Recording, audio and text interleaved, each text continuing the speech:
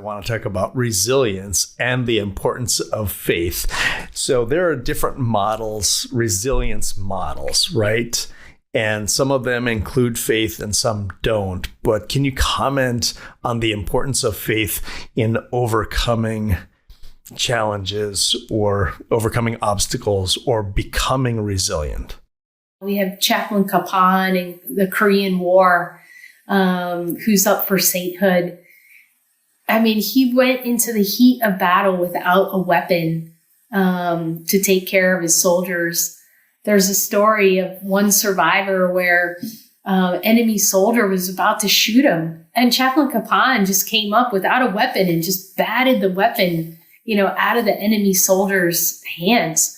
I mean, that's not a rational thought. He knew what his purpose was, and it meant that he was going to fulfill that purpose regardless of any danger that might bring to himself. And I think Harriet was the same way.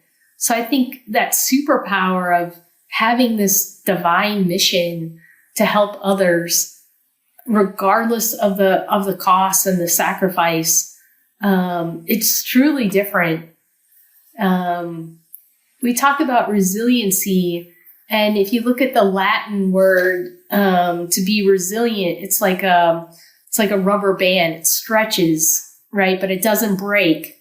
And then when the pressure's off, it goes back, like a rubber band.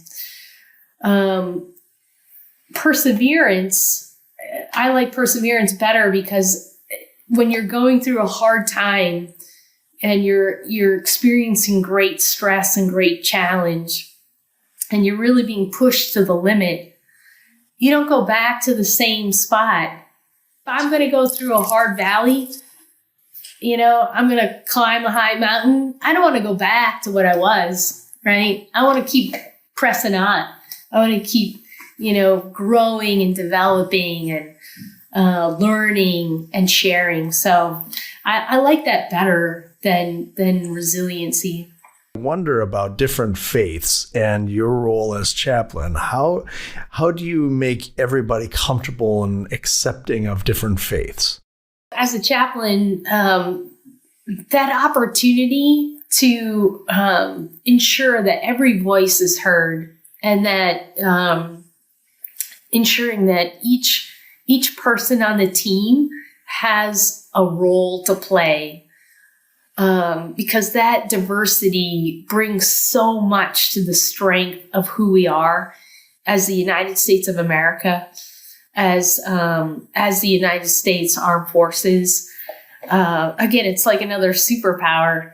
What we're doing with our chaplains in Africa is we're looking for those chaplains across the Army, Navy, and Air Force that have significant ties to Africa. For instance, we have a number of Nigerian American chaplains. And we took our senior Nigerian American Army chaplain, who's a Roman Catholic priest, Father John Ijeoma, to Abuja, Nigeria. He's already been on 3 missions in the past 6 months with the Nigerian Defense Forces and some of the religious leaders, Catholic, Protestant, and Muslim. And it was just an incredible dynamic to have Father John at the table. I mean, I could be a Nigerian scholar and I still wouldn't have, the depth of experience and knowledge that Father John as a Nigerian has. So I think that's, just one example of the richness of our military. We have a chaplain from the Delaware Army National Guard, Chaplain Addison.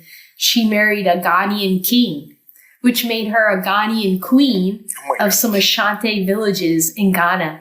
And we had her on mission with some knowledge exchanges with the Ghanaian military chaplains. And they just absolutely loved Chaplain Addison.